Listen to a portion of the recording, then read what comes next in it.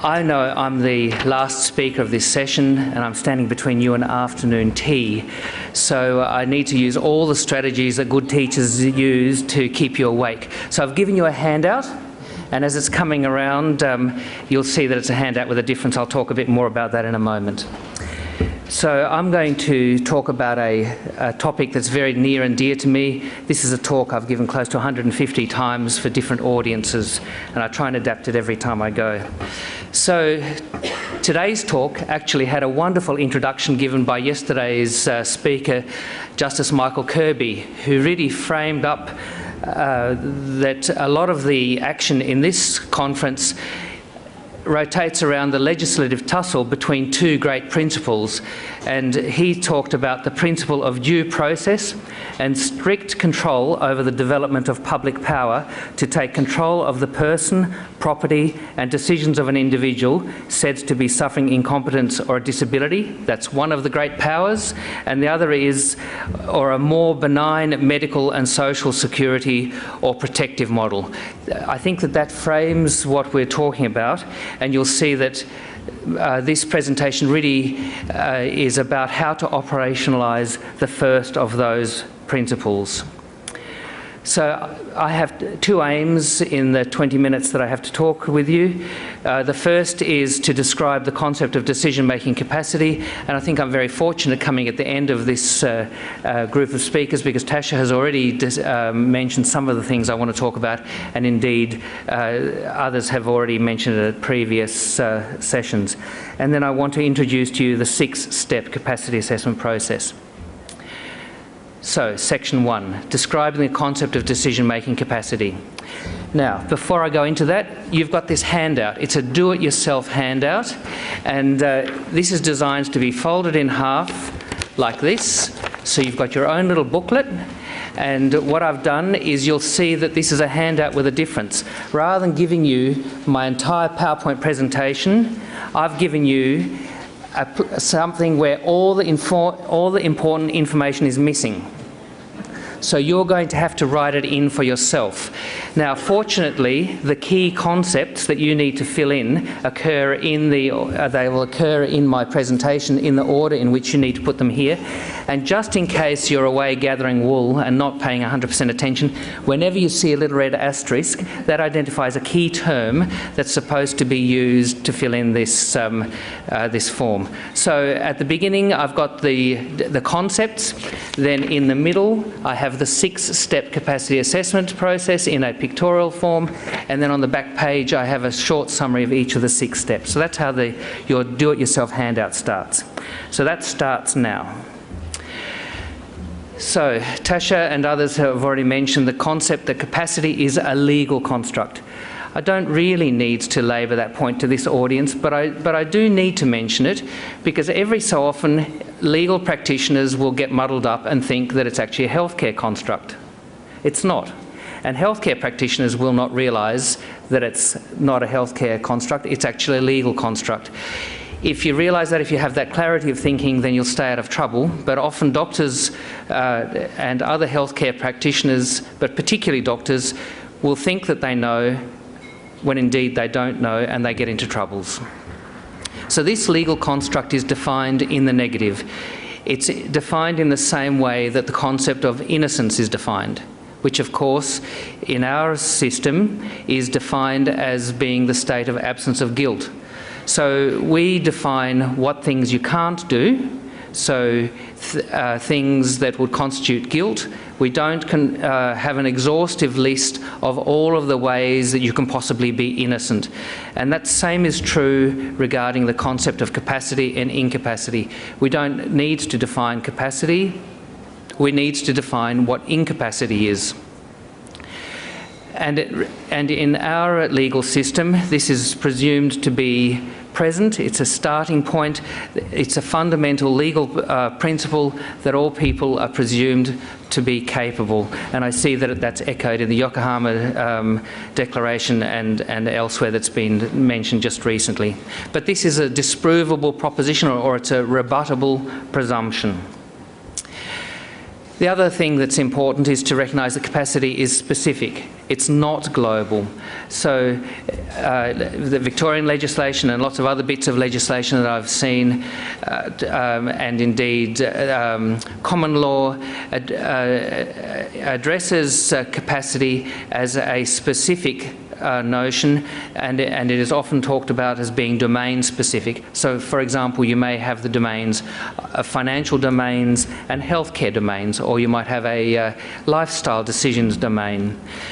Within a domain, such as within the healthcare domain, it's recognised that it's decision specific, so that someone may lack decision making to make a complicated decision, such as whether to have coronary artery bypass grafting for chronic, stable, moderately severe angina, but not have, but have decision for relatively simple decisions, such as whether to have flu vaccination. Now, I'm talking about complexity here, not severity, because you could die from both of those, or lack of both of those. And it's also recognised that the specific aspect of capacity also extends to the time specificity of it. And that's particularly important where you may have fluctuating capacity. So someone with Alzheimer's dementia may have capacity. They may acquire a urinary tract infection and have delirium and lose capacity, and then may recover from that delirium and regain capacity, for example. And that's recognised as being the case with capacity. Now, having told you can't define capacity, yes, I see that some of you noticed there's a red asterisk here. The Government of Ontario asked us to define capacity in a positive way for them, and so gleaning information as good researchers do from the literature and talking to experts and groups and so on, this is the definition of capacity for the rational cognitive model of capacity that we presented. So capable people know the issues they face. Capable people know possible approaches to those issues. Capable people appreciate the reasonably foreseeable consequences of choices, and capable people's decisions are not based on delusional constructs. And that's true even if you have cognitive impairment present. So even if you have Alzheimer's dementia, even if you have brain cancer, even if you have stroke, even if you have developmental disability, even if you have a head injury, etc., etc., etc. So, and even if your favourite colour is yellow, even if your mini mental state score is 12, you'll see that those bits don't, those things that I've listed for you don't constitute part of the definition of capacity. So this is then another way of looking at this. What might be possible evidence of incapacity? So possible evidence of incapacity might be those things that I've listed there.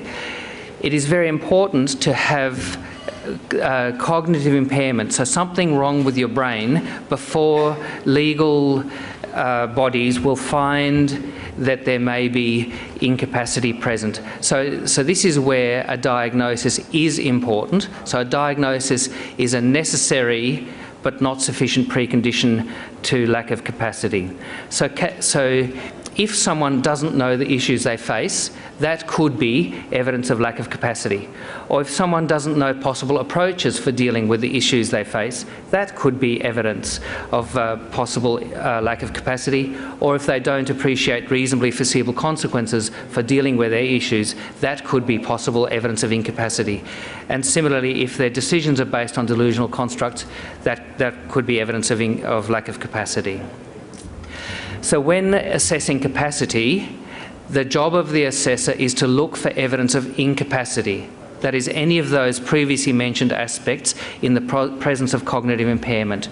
If you fail to find evidence of incapacity, allow the presumption of capacity to stand.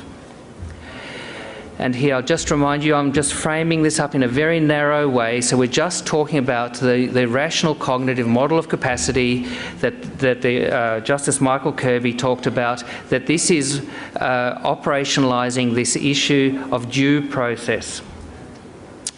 Now what's this? What's this, you ask? Well, this here is the clear bright line that yesterday Emeritus Professor Neil Rees talked about. This is the clear, bright line that separates capacity from incapacity. So this is in many ways the holy grail in this area. And I'm going to try and show how you can operationalise the model, how you could separate from those people who have lost capacity from those who still enjoy capacity. So in a way, my talk is about, the next part of my talk is about the yellow line in the middle.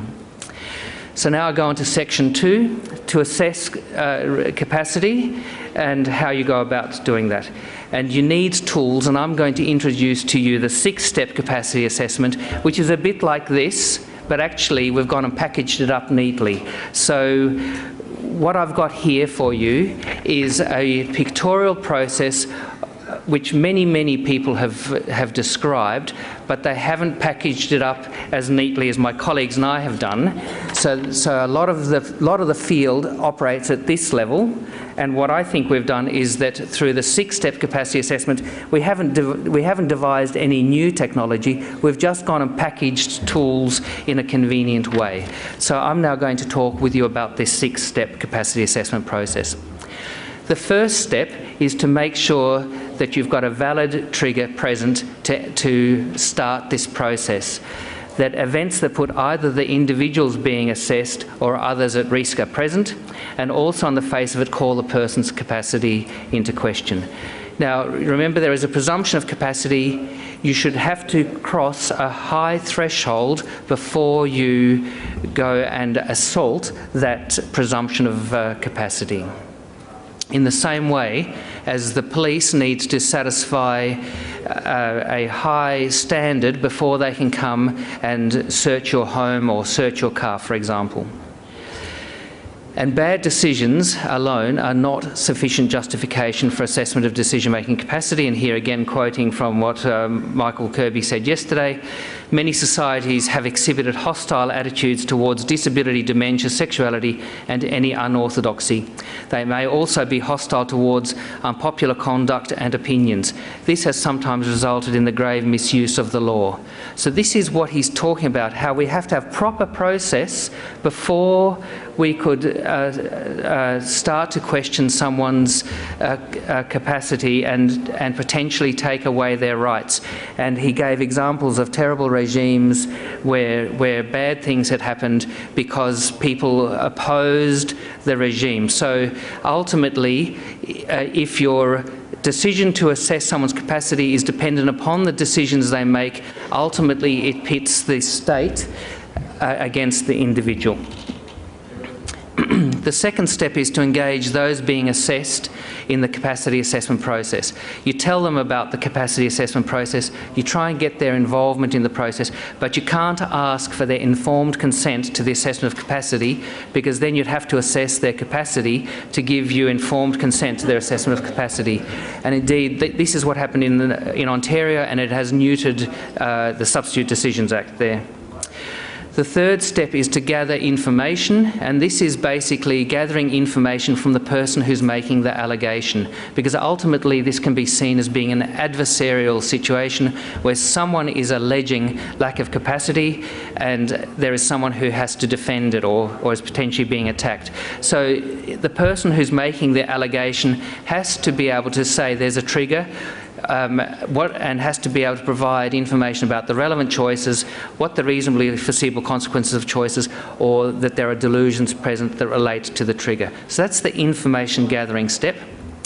The fourth step is an education step, and this is to ensure the opportunity has been given to the person to learn the needed information, to make sure that you don't muddle up the situation, don't mix up ignorance of the facts with a lack of capacity to deal with the facts.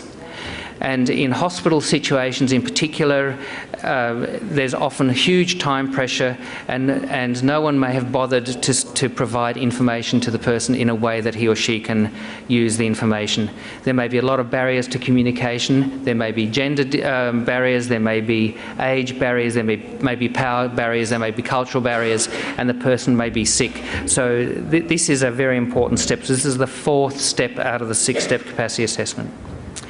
The fifth step is to actually assess capacity, and my colleagues and I developed a structured interview process that guides inquiry into each aspect of capacity and provides a scoring method. And if you do follow this, then you are assured of the quality of your assessments. The aim of the assessment of decision-making capacity is not to look for evidence of capacity, because capacity is presumed. So the assessor is looking for evidence of incapacity. I'll just make sure you got that point again, that in the assessment of decision-making capacity, you're not looking for evidence of incapacity. The police don't come and search your home to look for evidence of innocence, right? So this is a very important mindset. You should only be assessing capacity in the same way as the police should only be searching someone's premises when there's a high likelihood that there's something to find. The sixth and final step is to act on the results of the assessment. And if you've done the assessment properly, there are only two possibilities. You either have found that the person lacks capacity, or you have not found that the person lacks capacity. So if the person has been found to lack capacity, often that's an easier situation to deal with because various legislative approaches exist to appoint substitute decision makers for people who lack capacity. In those situations where you have someone who's apparently at risk, who's doing something risky to himself or to herself or to others, whose decisions appear to be made, incapably made, but you haven't found sufficient evidence to support that, then you're in a pickle, because you've got to work with the person, and in a way that's what we might be talking about supported decision making. There is another dimension here, and that is that the person who you've just assessed has withstood a test on their personhood. So I've had people who've told me, so Doc, you mean you're testing me to see if I can make decisions? Like, if I couldn't, that means I'm a vegetable, like I'm gaga. And, you know, there's nice ways to say it, but in effect, that is what you've been doing. You have been looking to see whether someone has lost the thing that defines their personhood. And a lot of people who have insight about this situation are quite upset about that, and I think that an integral part of the sixth and final step is to recognise that you may need to provide support to the person who you've just assessed. So here's my summary. So what I've done for you is I've described the concept of decision-making capacity using a rational cognitive model of capacity, and I've introduced for you the 6-step capacity assessment process. Thank you very much.